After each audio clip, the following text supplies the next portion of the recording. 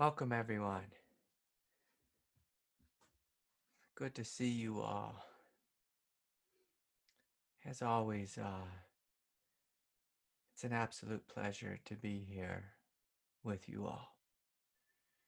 I really cherish these classes, and I want to thank you, those offering donations and support for this work, support for this program, support for the Sangha.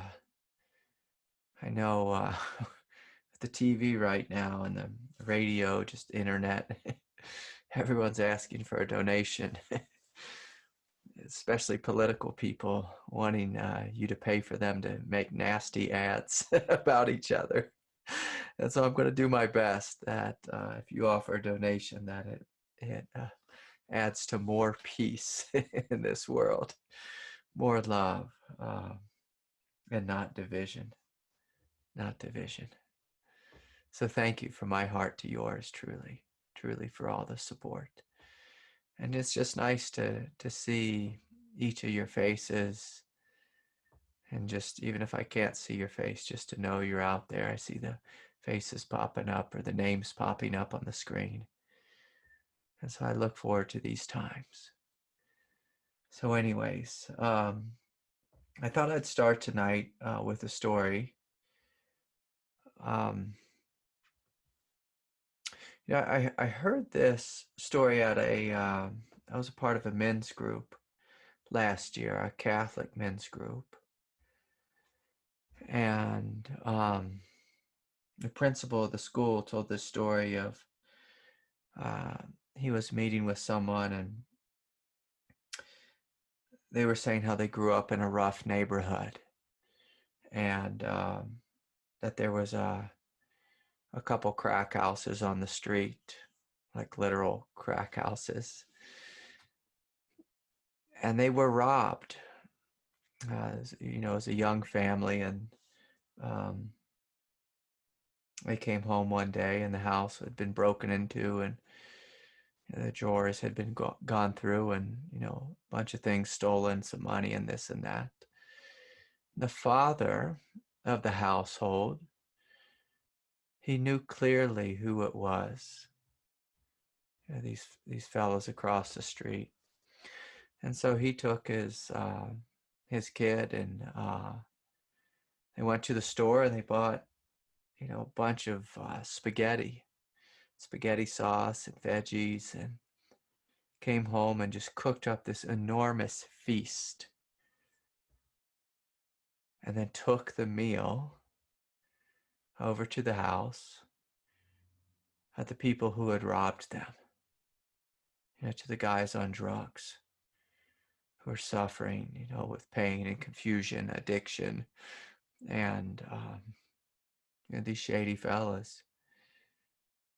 And the father did this 3 times. And of course, the son was like, "Dad, this is crazy. These people are literally robbing us." And it was just such an act of mercy. It was a Christ-like act for the father to go over to the house. These, we might call them punks, and give them dinner. And let them know there's still hope for your soul.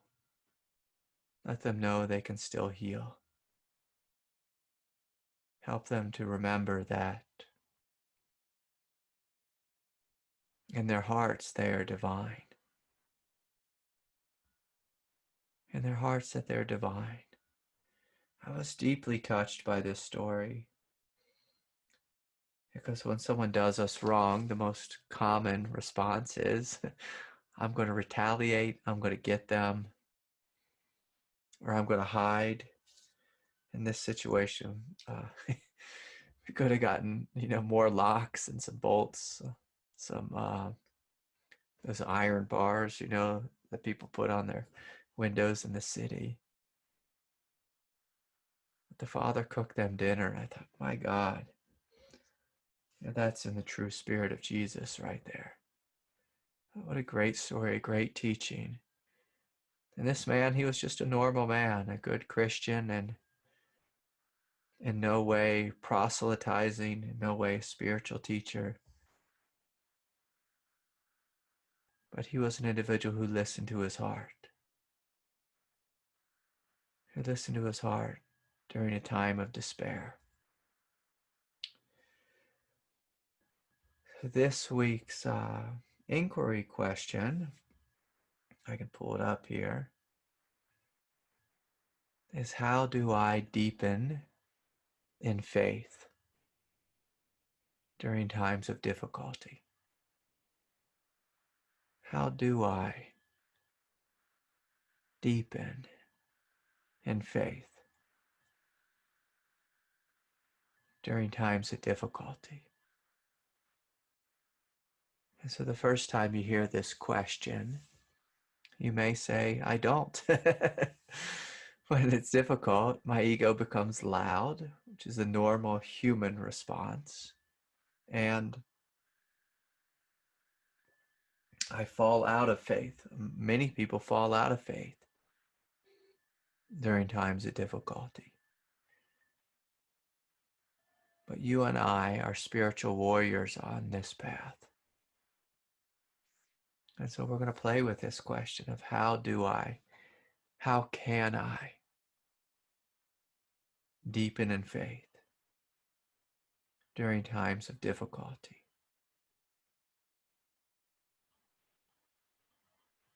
How can I deepen in faith during times of difficulty? And so you may just pull something up in your mind's eye. Just remember a time when you're greatly suffering. Maybe that's right now. And you have a choice in this moment to fall out of faith into the fiery pit of despair, the lonesome pit of despair. Or you can deepen in faith. You can choose to go deeper. You can choose to open your heart again. You can choose to call upon God and say, God, will you come into me and give me the strength that I don't have?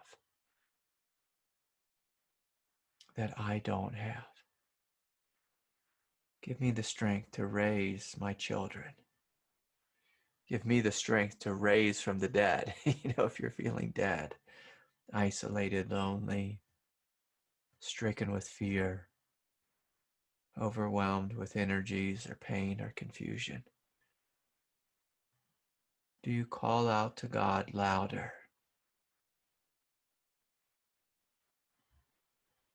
Do you call upon your Buddha nature more fully when you're suffering? And I encourage you, this is a great skill to have. It's one of the things that saved me.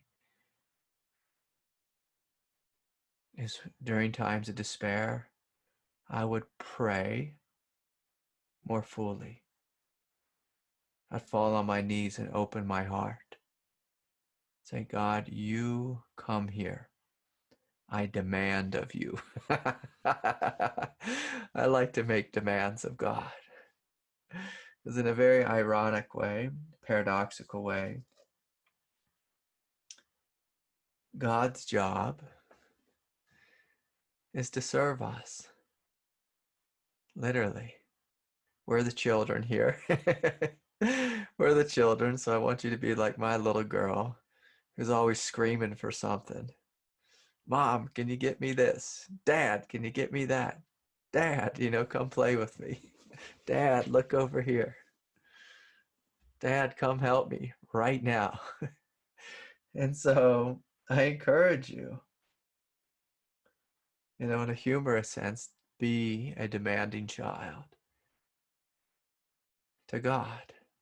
Call upon the mother, call upon the father, call upon the Buddha, Christ, whoever you have a connection with. Whether it's some great saint that you have a special connection with. You call upon them. Call upon them and ask for their help, ask for their support. The beautiful thing about being a child, I'll say this differently. If you're a child who grew up in a house and you had good parents, you have faith. You have faith. You demand things of your parents, and you assume it's a healthy expectation for the child to assume mom and dad are going to provide for them. And so you're growing up, if you forget about mom and dad, your earthly mom and dad, you're growing up in God's house. So call upon God. Demand of her to help you, to serve you. My little girl, she doesn't go hungry. She demands that I feed her, demand that we're always taking care of her. And be the same with God. Be the same. And so the question is, how do I deepen in faith during times of difficulty? Do I melt into despair, or do I melt into the arms of God? And if you can't feel the presence of God in your life, you call louder. But when you call upon God, you must call from your heart, not from your head, because God doesn't speak that language. Call from your heart. And so each week, we have these inquiry questions. And so I invite you to look at these. Look at these questions. What do I do when things are really difficult, when things are really dark? Do I believe in the darkness? Or do I have faith and trust despite the darkness? Despite your own self? That's one of the great things my teacher taught me. He said, Craig, let your faith deepen despite yourself. Despite, Craig, your foolishness, your ignorance. You doing the same, stupid thing over and over again, because I was very stubborn. I do the same dumb thing over and over again. And so oftentimes we would pray, and we would add despite ourselves. Despite me, despite my human habitual nature.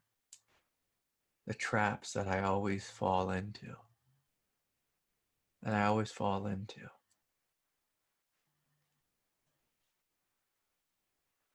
And so anyways, how do I deepen in faith during times of difficulty? Like this story I told about the man whose house was robbed 3 times.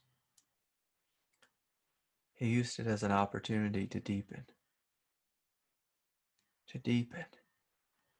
And it's incredibly touching to go and cook dinner for the thief.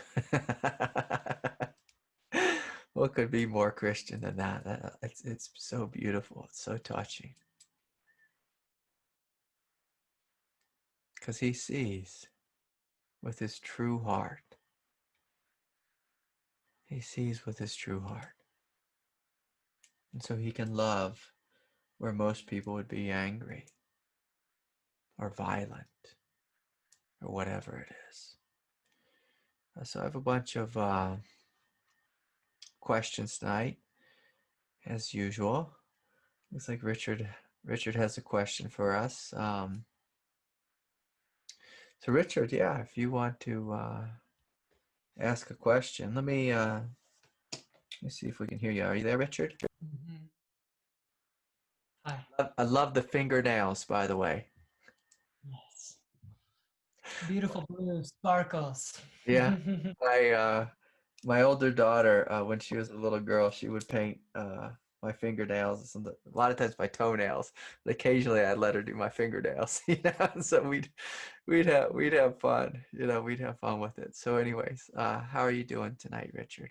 I'm doing really well. And hello, everyone. So good to see you. as always. Yeah, it's good to be here. So Craig, I have a question around just the Divine Mother. Just noticing my relationship with her really deepening right now, Yeah. which is pretty beautiful. Lots of grace in that. And I think I'm curious about two things. One of them is more of a logistics lineage question. This practice comes from Aurobindo through Hilda to David to you, or where does this originate? I'm super curious. The practice. So which practice? The practice of calling upon the Divine Mother? So specifically calling the Divine Mother down and in, calling the awakening earth plane up. Yeah, that's Aurobindo. Yeah, yeah, okay. So that was literally a practice that Aurobindo developed and then passed on to his students. Yeah, Okay, that's really good to know. yeah, Uh, and I would love to hear a little bit more. This is still along that same line about like what was, for instance, David to you, what was his explanation of that practice? I mean, I understand that it's deeply intuitive and so it's felt, and yeah, that's where you're supposed to receive it. That's how you're supposed to click in. But then I'm also really hungry for kind of teaching on it in language for, yeah, to whatever extent is possible. And then let me just give the second question because I think it'll flow nicely. Last time I asked about the Divine Mother, I was talking about calling her in and the awakening earth plane up and in every day. So I do it most every day. Um, um, and it is definitely an energetic practice. And on the other side of that, when you were speaking to it, you talked about letting go into something greater and that being related to the practice. And you talk about this often in regards to letting go of something lesser for something greater. yeah, Uh, this is also related to the Divine Mother. And so I would love for you to talk about that as well. So thank you. yeah, Yeah. yes, yes. So let me give a little context. So Aurobindo, basically, he was a brilliant mind. He was a part of the Indian Revolution, against the British, and he lived at the time of Gandhi. And at some point, he realized that, say, the next philosophy, the next political party was not going to save us. And, I laugh a little bit and I pick on Barack Obama a little bit here. Um, whenever that was, that election cycle when Barack was first elected, there was such great enthusiasm, like he was a messiah and he was going to save us. And whatever side of the political party you're on, it doesn't matter to me. The point is, for the last couple hundred years, basically since like the fall of monarchies, people have been greatly enthused about democracy, and they've been enthused about ideas. Ideas will save us. And Aurobindo, he was one of those guys. He was trained at Oxford, brilliant mind, and he was, in a sense, a political figure. And at some point, he just realized it was futile. Like, this isn't going anywhere. This isn't what's going to end suffering on planet Earth. This isn't what's going to end it. No idea, no, whether it's Marxism or democracy or liberal or Democrat, whatever it is, that won't save us. And so he looked out at life, and he had a scientific mind, and he saw the movement of evolution on planet Earth. And he came to this realization that what we need is God to come into matter and literally change the fight or flight response. So keep in mind, Aurobindo lived at the time of World War I and II. So great suffering. There was mass genocide going on at that time. The Battle of the Somme, which happened in World War I. I stood on that battlefield in France, and in one single day, the British lost almost 60,000 soldiers. And just to give some context, that's how many US men died in the Vietnam War over 15 years. So they lost 60,000 young men in one day. And so he saw political parties, the rise of Hitler, Stalin, all that kind of stuff. But he also lived in India. And in India, there was these great saints, great masters. And so he went to the great masters. He went and he visited this one in particular. And as soon as he came face to face with the master, Aurobindo's mind went completely blank. So he had his full, complete non-dual awakening with one meeting. And he rested in that state for some time, just in this transcendent, incredible freedom. But then he realized, oh, this didn't change anything in the suffering of humanity. He had the realization of Ramana Maharshi. He said, I'm awake, but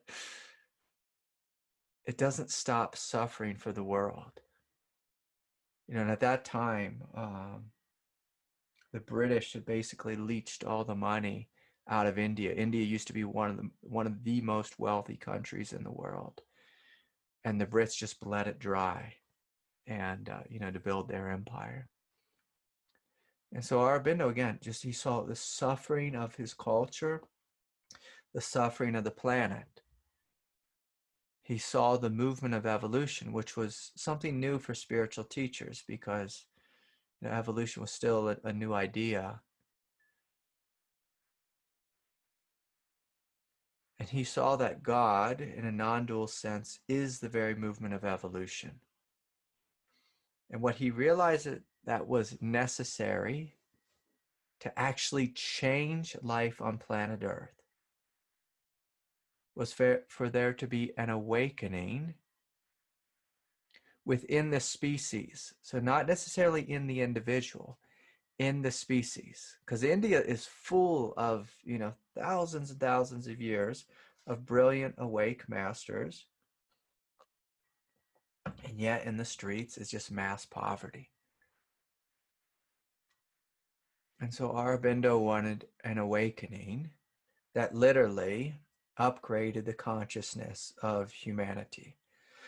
And so, he bowed before God and was given this vision that in order for humankind to change, basically we need a new mind. So a higher mind, he called it a super mind. A new vital nature, that's the emotional nature. And a new physical nature. And there's been a couple of Indian saints. One of them was Ramalinga Swamigal, lived in South India. Not too well known, but there's about 15 of these saints who'd achieved this thing called the light body, where basically their human body became so transformed that it literally became just pure light. Supposedly there's been some Tibetan masters who've pulled this off in the rainbow body, but oftentimes they quickly just dissolve into the Buddha realm.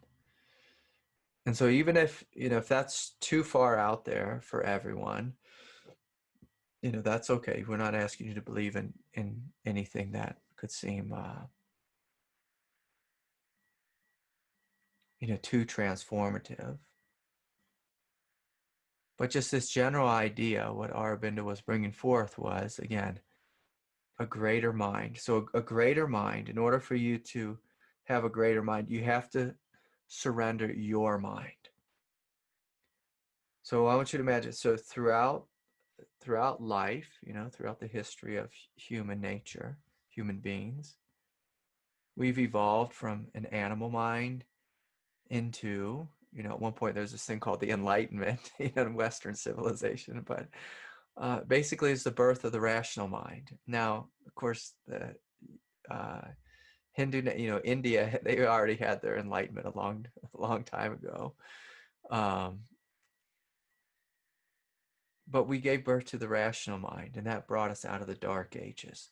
So Aurobindo said, why don't we open into a mind whose source is God?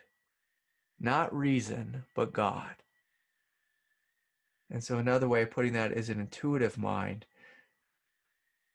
But I want you to imagine your mind, if you surrender it, of course, first it has to be empty, and then you surrender the humanness of it and even the rationale of it.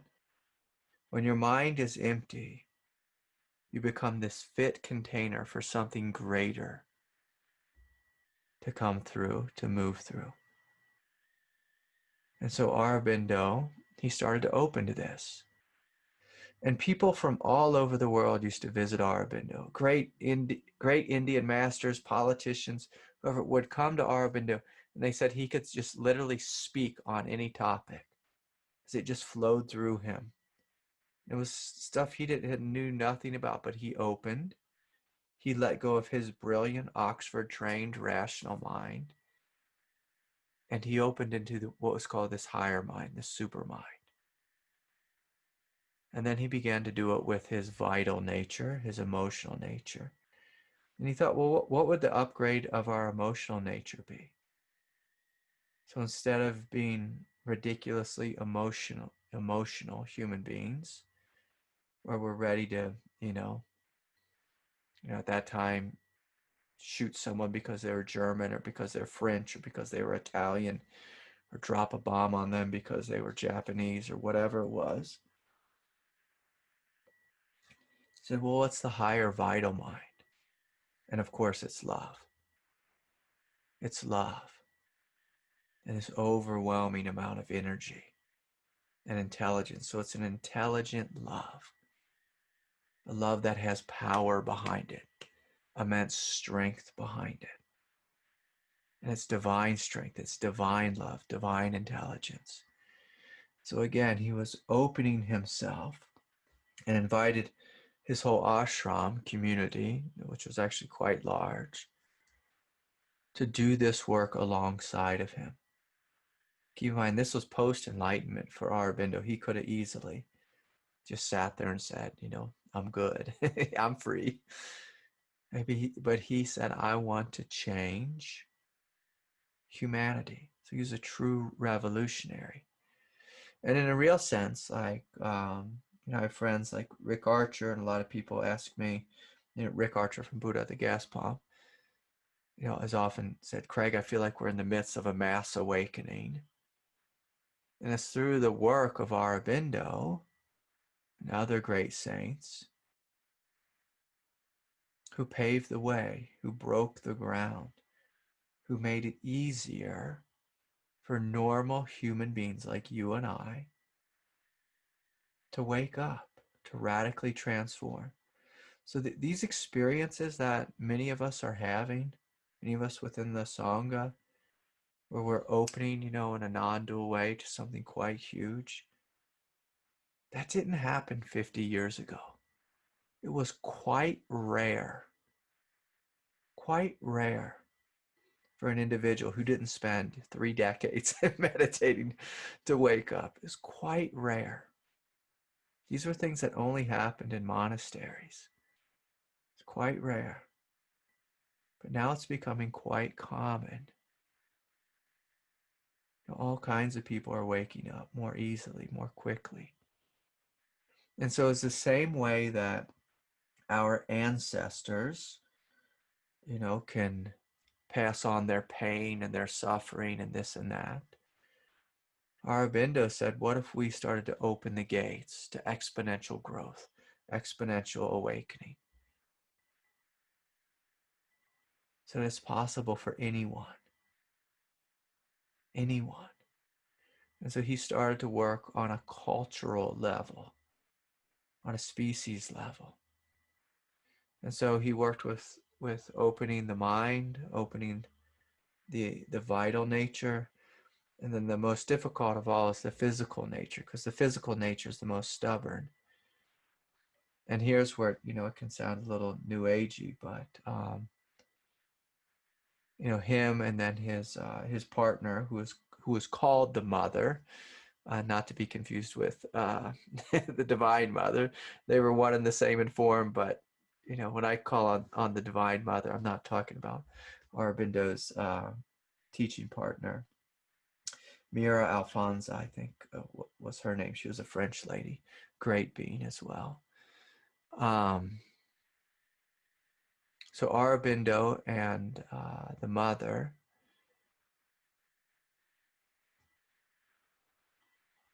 they spent all these years in silence and just opening in a physical way. And they spoke and wrote at great length about the amount of pain that their body went through as they were bringing this light, the light of the divine mother down into their bodies, into their form, to literally change the nature of the cells in the human body. And they were, in a sense, trying to upgrade it so that this world here on planet Earth is not a physical world, not a world where, it's run by animal/rational beings, but rather that this world becomes a new heaven world. If we could stop killing each other, that would be a good thing. If there was not such division and hatred, like even in this country right now, there's so much hatred. Oh, you voted for Trump, that means you're evil. Oh, you're voting for Biden, that means I need to hate your guts. It's so ridiculous. It's so immature. It's so animalistic and tribal. And Aurobindo was trying to create a new age. And so his practice, going back to Richard's question, sorry for that really long intro there, but it's hard to talk about Aurobindo without giving context of why it's important. So almost every spiritual practice pre-Aurobindo was specifically for the lineage. It's like, we're Christians, we believe in Jesus, we're going to be saved. Everyone else, you're going to hell. No, Aurobindo said, no. We want everyone to live in heaven here on earth. We want the end of suffering, the end of poverty, the end of us killing each other, literally. The end of, bombs, nuclear missiles, all this stuff. He wanted the end of that. So he called upon this light, this evolutionary light, to come down and to literally burn, to cook the fight or flight response. That's the way I speak about it. The fight or flight response out of our consciousness. Because imagine, what is a human being without a fight or flight response?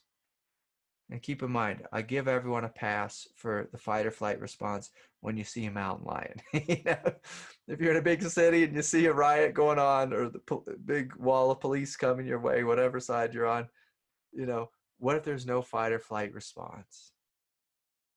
We chose not to fight. We chose not to run. We chose to live our truth. When we parent, when we're in relationship. I mean, it's hilarious. I used to do couples counseling, but one of the funniest things is, and I'll include myself in this humor, like how ridiculously offended people get, if your partner says something in a tone. It's like, oh my gosh, we're all going to lose our mind if our partner just says something in a little, like the smallest tone. Just an hour ago, my wife and I, my daughter, the two dogs, Lisa, my little Doodles looks like the dog that's in your lap right now, so it looks just like, I almost thought you were picking up Doodles there. But we went away for the weekend out to Indian Creek, Utah, and did some big climbing. And yesterday, again, like I climb with these guys who are on like the La Sportiva team, and we did a 120-foot vertical wall climb way out of our league. And, my wife pushed herself to her limits. I pushed myself to my limits. We're both bleeding all over and this and that. Had a wonderful time. And so today our muscles are just so sore and fried, and we're out in the desert getting really cooked in the sun. And we came home, and she immediately had to go to work, and then, work for like a couple of hours, and then came back.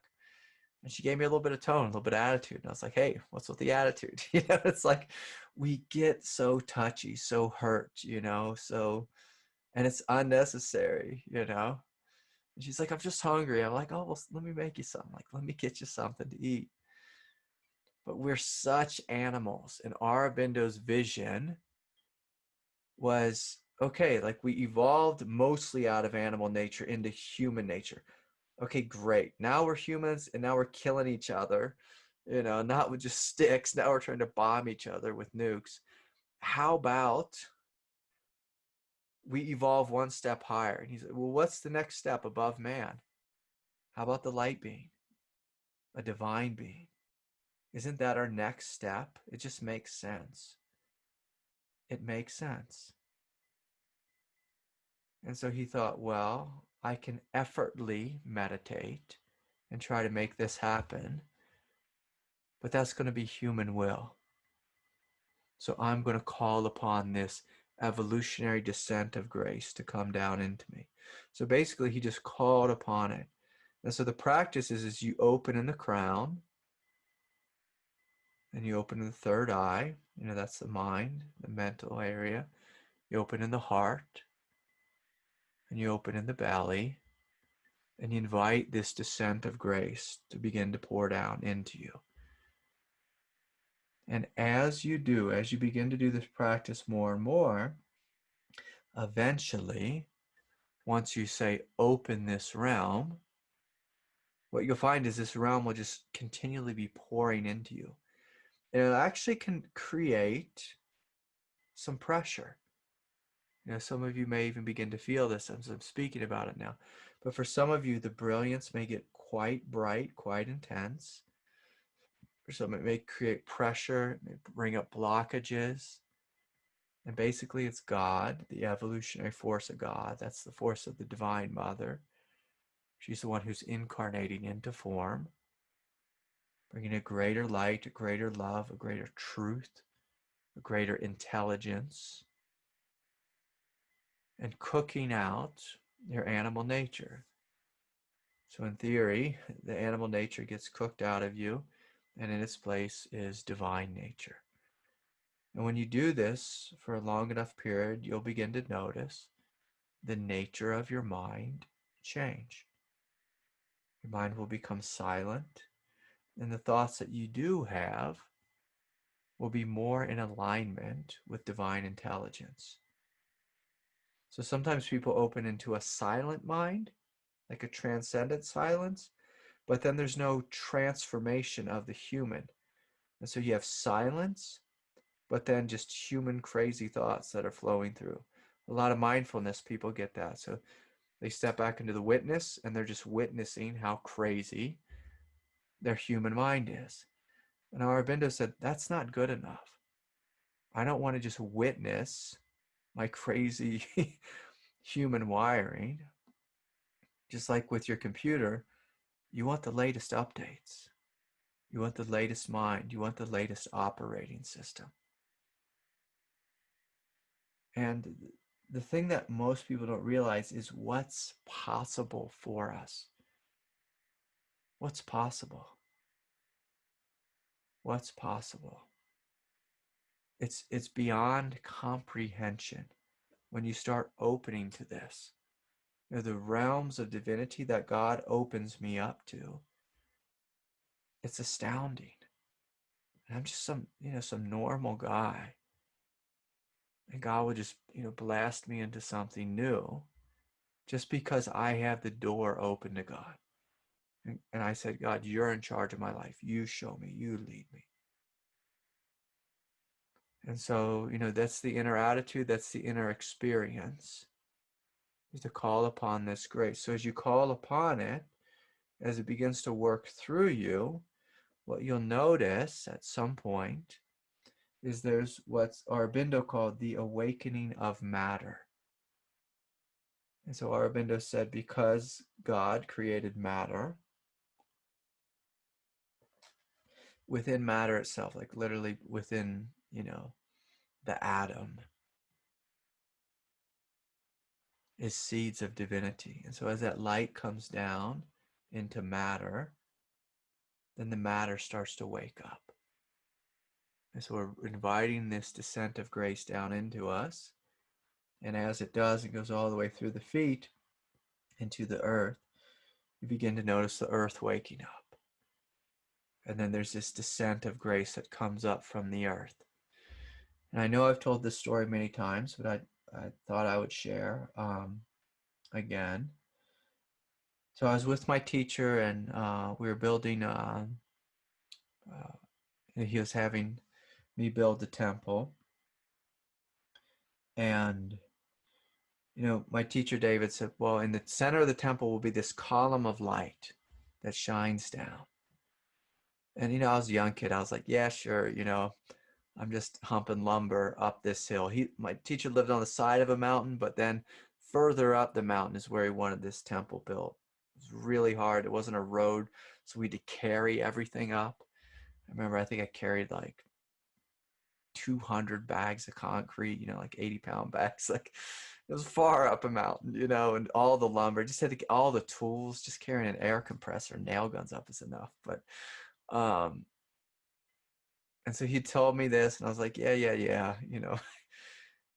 And so I built the deck, for the temple, like that's the floor, and we put the roof on, and then there's this little skylight, that I put up on top. And he said, Craig, now go down and stand right in the center of the temple.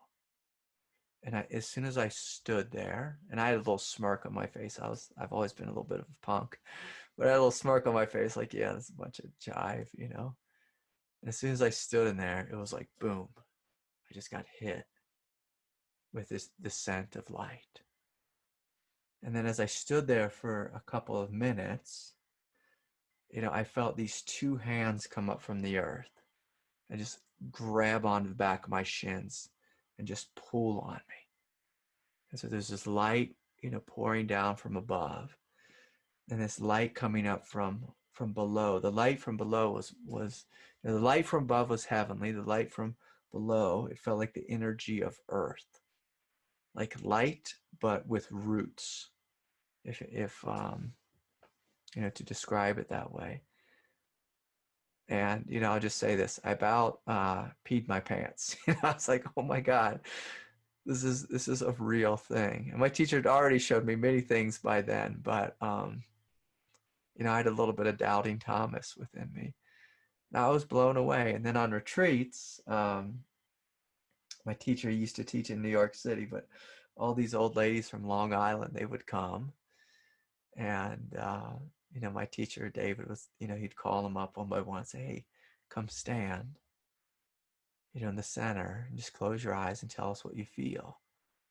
Some people would turn pale. Some people would almost pass out, and he'd have to kind of shoo you out of there after a little bit because the energy was so intense.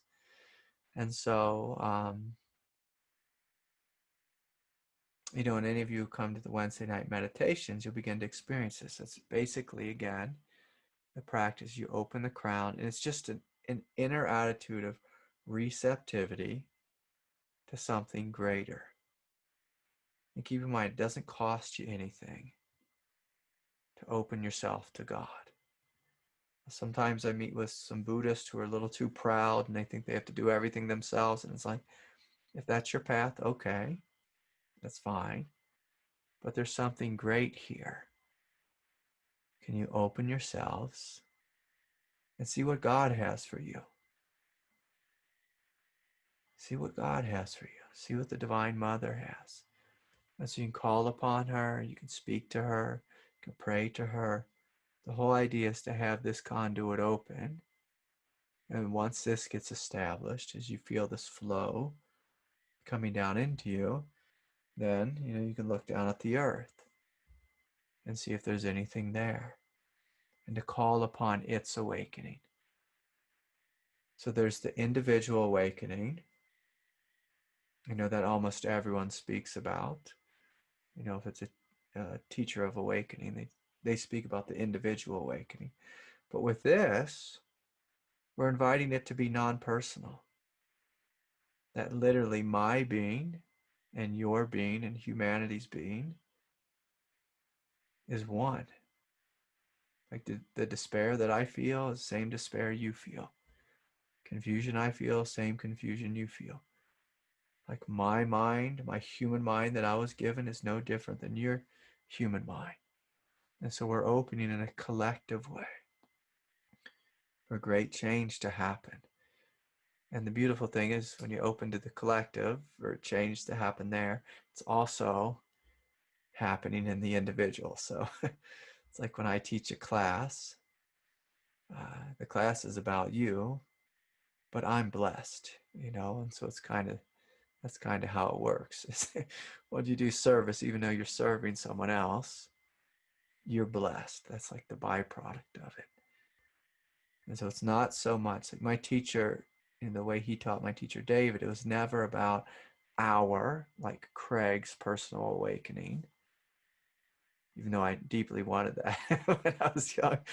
But my teacher didn't teach in that way. It was about the awakening of the species, of our brothers and sisters.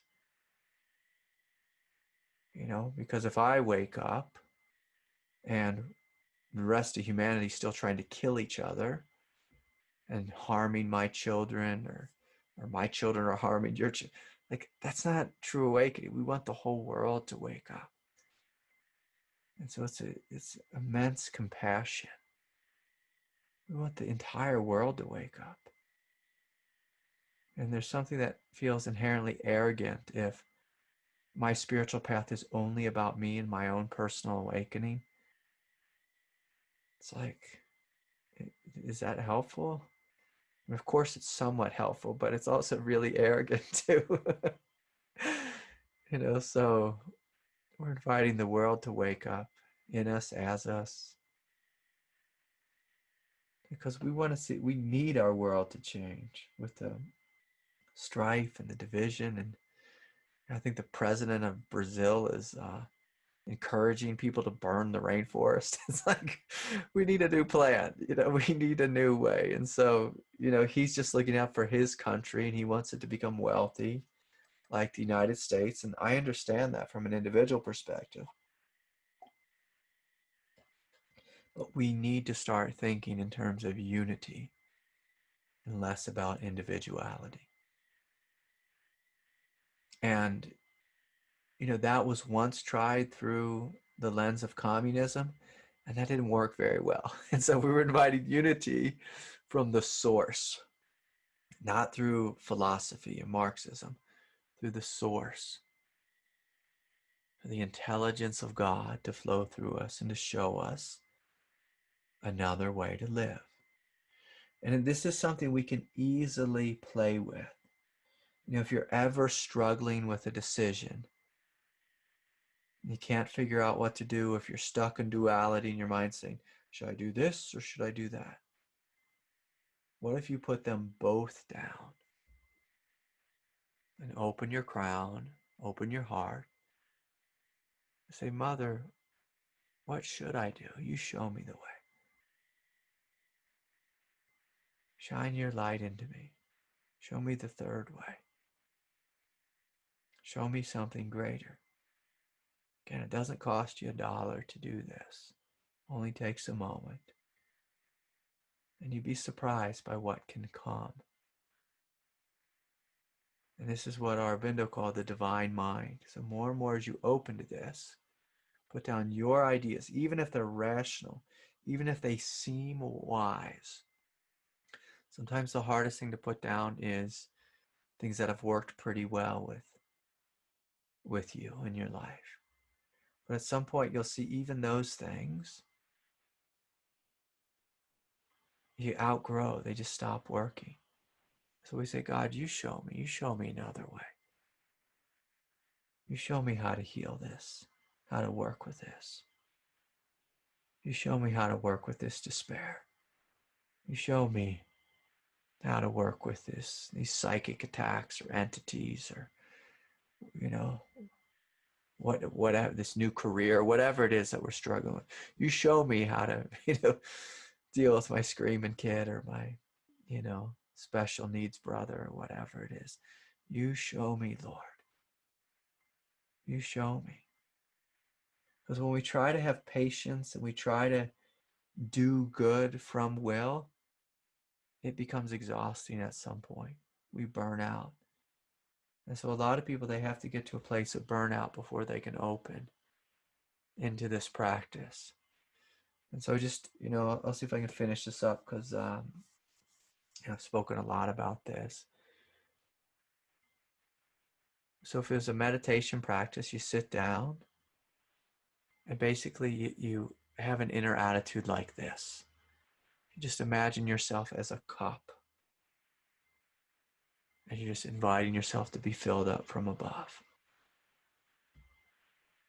And then once you start to feel this descent of grace, it moves all the way through you, you invite it to come up from below.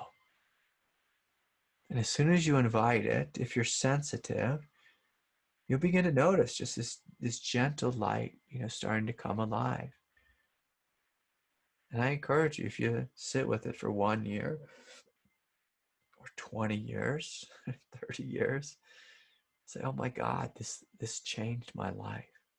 I'm a different individual, different being than I was in the beginning. So it's a surrender, a great surrender. One of the individuals in the Sangha who I have great respect for is our friend Ivy in the great city of Los Angeles. She had this profound kundalini awakening, and basically God just told her what to do every single morning. So she would just sit and listen, and God would show her lights and realms and psychic phenomena and all kinds of things, and move her body this way and that way. And Ivy was pretty straight conservative gal. Like, she was like, what is going on? But the thing that she did was she just trusted. She trusted. She went with it. She said, okay, I'm just, I'm this small being. I'm a mere mortal, whatever. I'm going to place my faith and trust in God. And she let God show her another way of living, another way of being.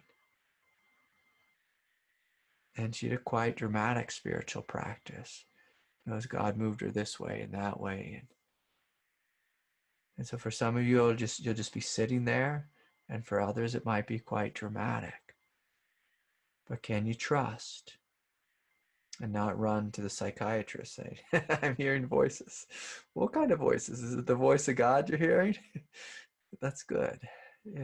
That's good. So anyways, beautiful question, Richard. Thank you. Okay, here's another question. This one's from Jacob. I believe Jacob's over there in Australia. Craig, I'd like your perspective on the topic of soul contracts.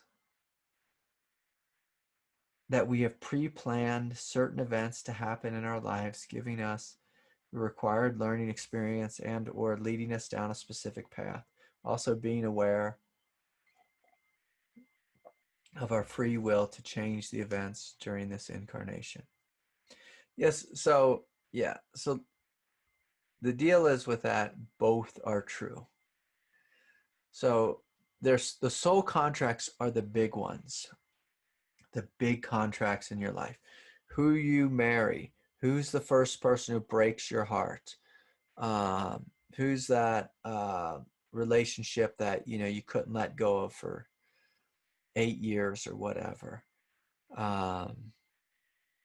Who came into your life? Like, maybe it's sometimes a soul contract. Like, I had a soul contract. My teacher David is just like, Yeah. Soon as I met him, it was like I knew him for I had known him for many lifetimes. So we had another contract to do some more work in this lifetime. And basically I was going to be his workhorse, building all kinds of things for him. And then he referred to me as his right hand. Um, and so I had a soul contract with him. Oftentimes mom and dad we have a soul contract with. Some soul contracts are beautiful, like the one I had with my teacher. Others not so beautiful. They teach you unconditional love, unconditional forgiveness, unconditional strength. Um, and so soul contracts are basically, I like to look at it as before you incarnate, God might just, introduce you to the players, the characters in the play, the main characters, not the whole cast, just the main characters, and say, hey, look, on, you know, July 22nd, you know, 1999, you're going to fall in love with this person. And it's going to be really big and really beautiful. And then they're going to break your heart. And when they break your heart, you're going to fall into a pit of despair. And then you're going to discover Buddhism. And you're going to climb out of despair on the ladder rungs of the Dharma. And so soul contracts are like that. I like to think that everyone has, say, I don't know, 5 or 8 big soul contracts. And then everything else, free will, to some degree or another. So there's that. But the other thing to consider too is that life is intelligent. And so life is always speaking to you. Life is always steering you. Life is always pushing you in a direction. So my 2 climbing partners, they're these 2 rough guys. They're literally tattooed, like from their neck all the way down to their toes. And I was hanging out with them today. And, I asked them, like, how did you 2 clowns meet? And they said, oh, our sons brought us together. Our sons. So they were actually all 3 of us were young fathers. And, their sons brought them together, and immediately they fell in love. And they've been climbing together, out in this one valley, Indian Creek, Utah, for 2 decades now. And the way I met one of them, my friend Johnny, which was hilarious, he was a 19-year-old senior, and I was a 20-year-old high school teacher. So before I graduated college, they gave me a teaching position, and this kid walked into my classroom, and he had blue dreadlocks and tattoos all over him. I looked at him, and as soon as I saw him, I just started laughing and smiling, and like we were best friends. And he was my student, supposed student. But again, he was just, a year younger than me, maybe 2 years younger. I can't remember. But, and then, I ran into him across town a little bit here and there. 10 years went by. And then I ran into him one night at the supermarket. I made fun of him for something, harassing him. And he invited me to go rock climbing with him. And so then our relationship deepened even further. And so it's like I have a soul contract with this guy named Johnny. He has a contract with Devin, and somehow, it's just there's something there. It's like soul contracts are when it just clicks. It's like you know them from a previous incarnation. And with these 2 characters, it might have been an incarnation where we were all on a pirate ship together. We're a bunch of robbers and thieves, because they're rough guys. But, a soul contract, you just know it. It's like we have business to do. So you meet someone and immediately you're drawn to them. And you can't, the thing about a soul contract is you can't stay away. A lot of times lovers are like the star-crossed lovers, like against all odds, it's going to happen. It's going to happen. Sometimes it's short-lived though, and then they haunt you for the next 15 years. But while they're haunting you, you're growing, you're learning. Again, forgiveness, compassion, whatever. So there's that. I could speak a whole class on this. So with true free will, we don't have true free will until we are actually awake. Because in a sense, to live in a way when we're not awake, you're just at the mercy of your thoughts and your emotions. So whatever moves through your mind, I am my thoughts and I act that out. I am my emotions and I act it out. When my daughter's hungry, she screams. It's like, there's no free will there. True free will is I'm awake. I see that I'm hungry. I have a choice. I have a choice how to respond. When you're awake, you have a choice how to respond to addictions. And I put that in quotes because it's hard for there to be addictions when you're awake. Not impossible, but it's more difficult because you have choice. So for there to be true free will, you can't just be awake in a transcendent way. You have to be awake in the belly. So belly is the place where you truly make choice from. So anyways, Jacob, I hope that's helpful. And please don't forget what I said about God has a plan for you. So despite your free will, and, soul contracts oftentimes override free will. But the amount of suffering you have in a soul contract, that's up to free will. If you're awake, you have choice. If you're an ego, not much choice. Please don't anyone take that as an excuse to say, I'm an ego, so I can just do whatever I want. Sometimes people take that teaching that way and get themselves in trouble. Okay, I got a lot of questions, so I better move on here. Beautiful question, Jacob. So this one's from Sarah, also in Australia. How seriously should we take life? I take life dead seriously. Is there a sweet spot?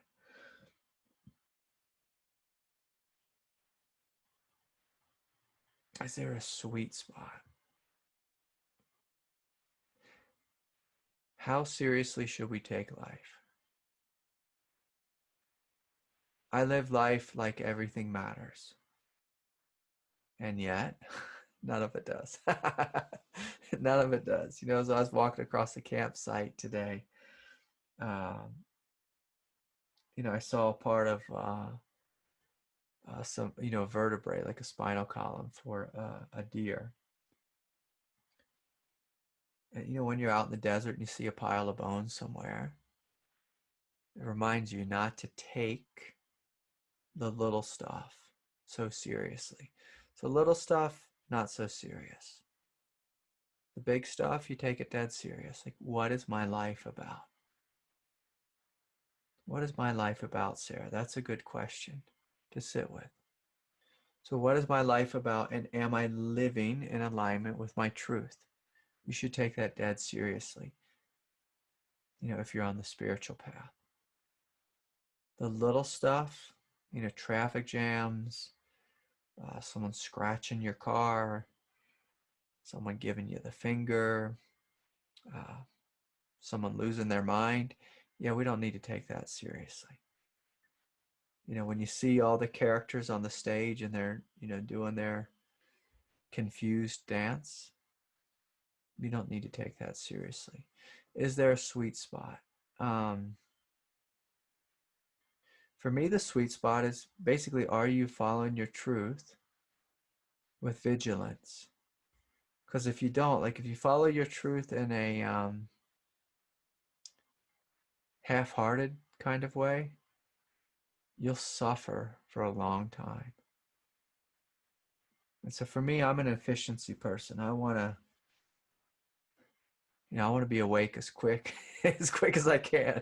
So I'm going to give everything to it. Give everything to it. And so don't take life so seriously. So I'll say that. Don't take life seriously. Take your path, dead seriously. Dead seriously. Most everything in life is just, like this election, everyone's taking it so serious. We think we need to be screaming at each other on Twitter. It's like, you don't need to do that. You don't need to be doing any of that. Go vote whenever it is, November 2nd or 3rd, and then get on with your life.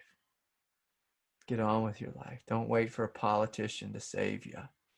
Trump will not save you, nor will Joe Biden. And they're not going to save our planet. If our world's going to change, it's because of you and I all working together. All working together. And so, yeah, take your path, which at this moment in history is interconnected with everyone else's path on planet Earth. We have to learn how to work together. Take that seriously.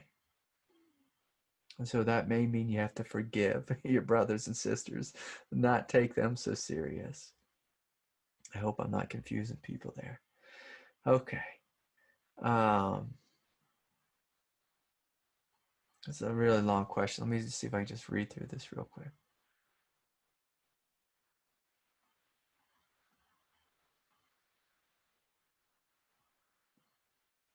Okay, so this person wrote in that they've been experiencing, they have a lot of trauma in their body, and they've been doing some trauma release sessions with a therapist, and they feel as if they've been exponentially plagued by something gaining control of their body that's releasing emotional trauma through moving their hands at various parts of their body, making their body bounce all over the place. They're doing spontaneous mudras while they're trying to sleep. And they're having big spiritual experiences. Is anything, but basically they're asking me, is this demonic?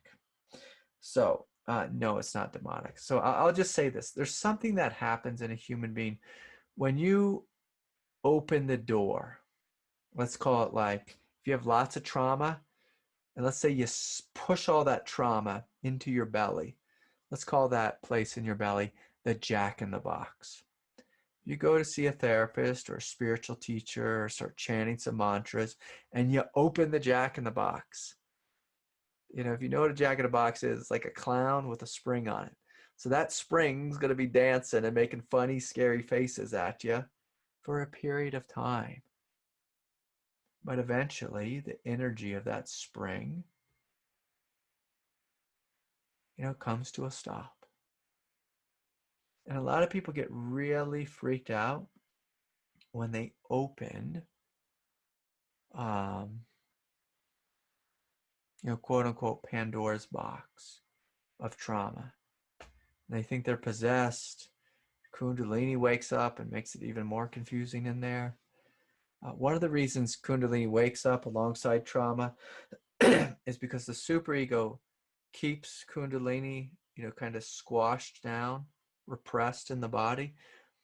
It also keeps trauma repressed in the body. So the superego is this force just pushing Kundalini down, keeping it contained, because Kundalini is an incredibly powerful transformative force. But the superego also keeps the trauma response contained or repressed in the body. So when you open the trauma release valve, trauma can release and Kundalini can simultaneously awaken. Very confusing experience for a lot of people. Some people get real nutty and think they're being possessed. The general sense is it's just energy. Let it flow. And eventually it will come into peace. And by eventually, that may take a week, a month, a year, 5 years. That's why it's good to have a consistent teacher or consistent therapist and not research stuff online about demonic forces. So, anyways, I'll move along here. Breathe, feel, open, experience is the basic teaching there. Get some support. Here's a question. Craig, I had a question tonight. I'm noticing that in addition to the trauma that's being purged from kundalini, I now have trauma about kundalini. So now it feels like I'm doing PTSD. I'm dealing with PTSD about the experience of kundalini.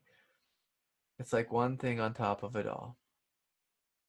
Yeah, Kate, I'm going to tell you the same thing I told the person before. Breathe, feel, open, experience. And then I'm going to throw in this last teaching, and trust. Trust the process. So this is back to that initial inquiry question. If I can find that question. How do I deepen during times of difficulty? So Kate, you're doing great on the path. You're opening and opening and opening. And there's lots of energy moving through your body. Can you trust the process? And Kate, I'm going to encourage you to take PTSD out of your vocabulary. It's not that I don't believe in PTSD. Of course I do. But when we keep telling ourselves I have PTSD about this or about that,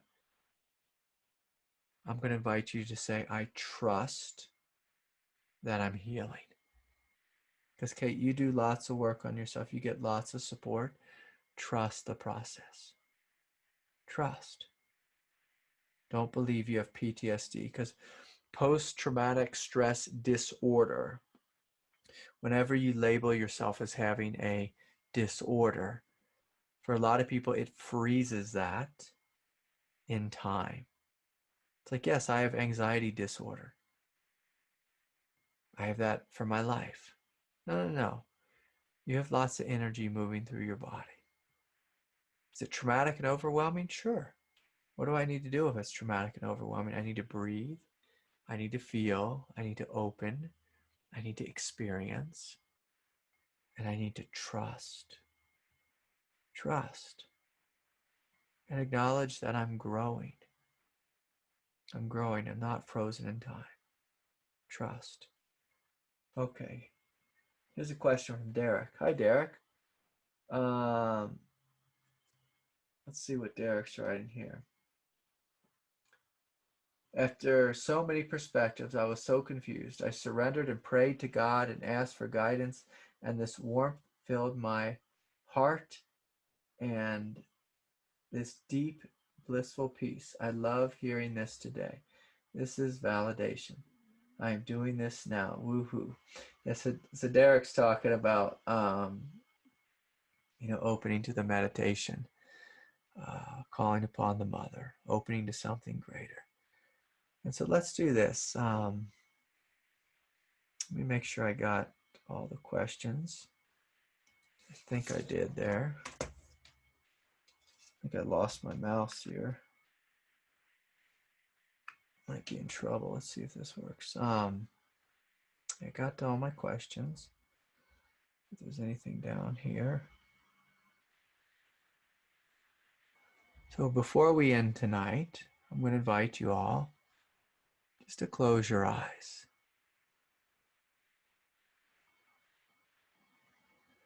To bring just a gentle attention to your crown chakra, your third eye, just to imagine almost like they are a lotus flower. They're open and receptive to this descent of grace. You may begin to feel this subtle vibrancy just flowing down into you as we call upon the Divine Mother. Mother, you come into us. You show us another way to live,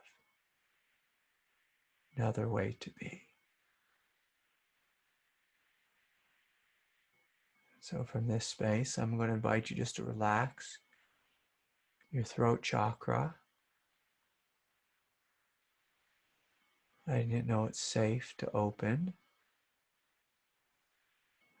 Then again, just to imagine a lotus flower in the heart.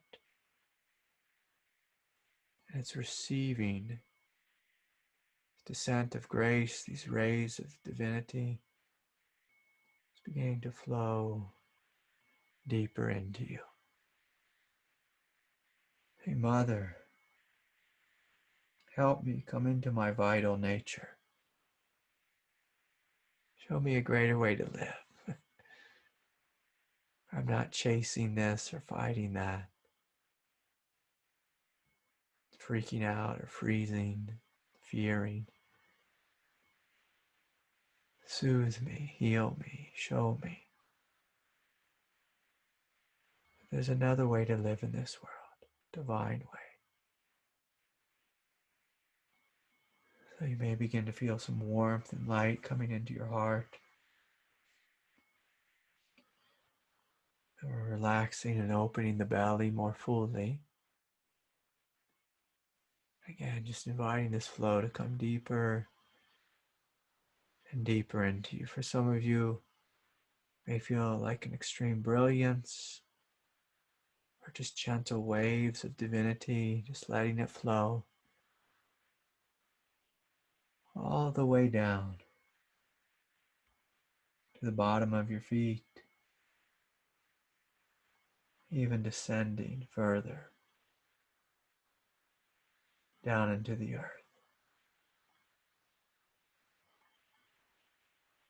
Just breathing, feeling, and receiving. So you're staying with the head, the heart, the belly. It's descent of grace. Some of you may feel fiery tonight.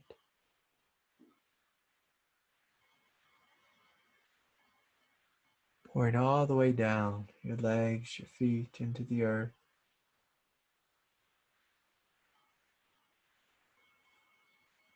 And you may begin to notice the earth waking up. This gentle light coming up from above. You may notice it has a different feeling to it than the heavenly light, which we're rooted and grounded. So we're just inviting this ascent of grace coming up through the feet, the legs, the pelvis, merging into the belly. This grace coming down from above, grace coming up from below.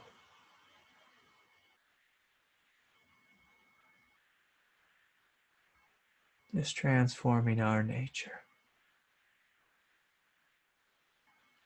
to something more compassionate, more loving,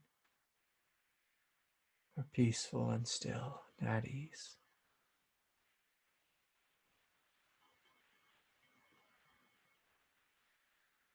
And so, I want to encourage you just to keep these doors, these energetic doors open. You're welcome to sit here as long as you like. It's been an absolute pleasure sitting with you all this evening. And I thank you again, everyone offering the donations and the support, just showing up and sharing your hearts and your love with me. My heart is with your heart. Good night, everyone. We'll see you next time. Bye for now.